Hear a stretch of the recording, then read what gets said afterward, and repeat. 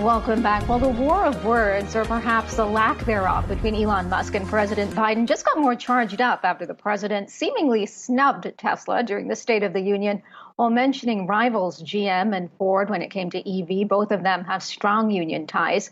Let's bring in Yahoo Finance's Rick Newman for more. So Rick, Musk tweeted this quote, I'd like to say, hereby, I invite UAW to hold a union vote at their convenience. Tesla will do nothing to stop them. So, Rick, what's the underlying point he is trying to make here? This is a beef between President Biden and Elon Musk that goes back basically a year to when Biden first took office. Biden is a big proponent of electric vehicles, of course. And just about every time he talks about EVs and what the government might do to help this, funding new charging stations and things like that, he mentions General Motors and Ford. But only once, to my knowledge, has he ever mentioned Tesla.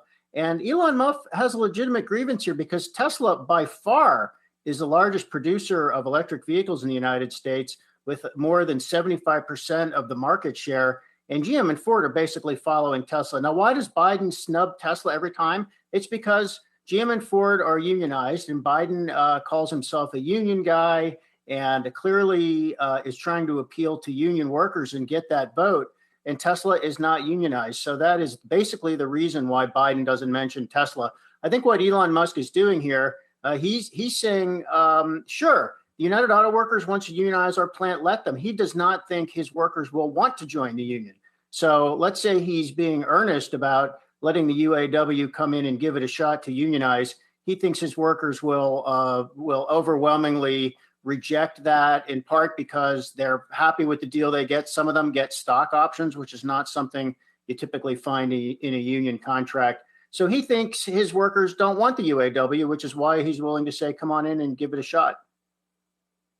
So, Rick, set the record straight here for us. Is it true that we produce more oil than we consume, so we don't really have to worry about imported oil? No, that's not true. There are a lot of myths going around about oil and so-called energy independence in the United States right now because of rising gas prices. This is a complicated story, but when people have heard that the United States is so-called energy independent, what that means is that when you put all the fossil fuels together, we produce more fossil fuels than we consume. We actually produce a considerable amount more of natural gas than we consume, and we produce more coal than we consume. But we produce less oil than we consume, which is why we are part of global markets, just like nearly every other country, and we have to bear higher prices when the global price goes up. I'm going to have more coming on this and some of the myths and realities about energy. It's a lot of detail, so more coming down the road on Yahoo Finance. Rick, I want to just go back to Elon Musk for a quick second, because you'd think Biden would show him some love because he got all of those Starlink satellites up over Ukraine to help with communication efforts, right? So you'd think he'd be shown a little bit of some love. But really quickly want to ask you, are you surprised that Nancy Pelosi has now come out and said that the U.S. should ban oil imports from Russia?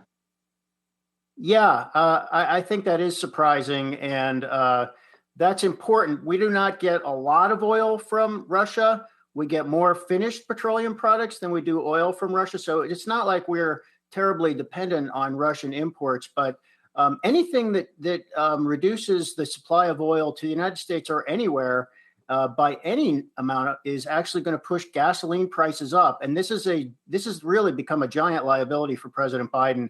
And I don't actually think he has made the case that Americans should be willing to bear higher gas prices as a way of supporting what's happening in Ukraine. He keeps telling people that he understands their pain and he's going to try to find ways to keep gas prices down. Well, keeping out Russian oil is not a way to do it. That may be a smart thing to do, but President Biden and his fellow Democrats need to make the case for that first, and they haven't so far. Okay, maybe time for a gas tax holiday as well. All right. Yahoo Finance's Rick Newman will look for your article. Thank you so much.